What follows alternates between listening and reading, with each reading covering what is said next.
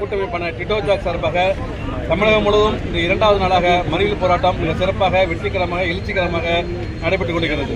நாங்கள் தமிழக அரசுக்கு 10 அம்ச கோரிக்கையை வலியுறுத்தி இந்த மறியல் போராட்டத்தை நடத்தி கொண்டிருக்கிறோம்.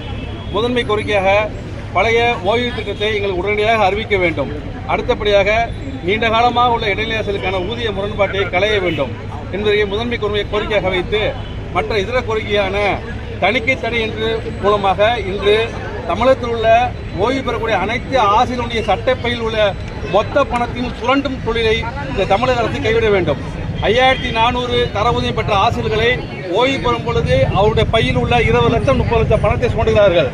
உயர்கல்வி படித்தவர்களுக்கு இந்த படிப்பு நீ படிக்கக்கூடாது, இந்த படிப்பு தான் படிக்கணும்னு சொல்லி அவங்க கையில் கூடிய 10 லட்சம் 5 லட்சத்தை சுரண்டுகிறார்கள். இந்த பணத்தை சுரண்டுதலை தணிக்கை தடை என்ற பெயரில் பணத்தை சுரண்டுவதை தமிழக அரசு உடனடியாக தடுத்து நிறுத்த வேண்டும். அடுத்தபடியாக ஒன்றிய ஆசிரியர்களுக்கு எதிராக அரசாணை 243 அறிவித்து கவுன்சிலிங் நடைபெறுவதற்கு முன்பாகவே நிர்வாக மாறுதல் என்ற அடிப்படையில் பணங்களை பெற்றுக்கொண்டு பல இடங்கள் என்று மாறுதல் போட்டுக் கொடுக்கிறார்கள்.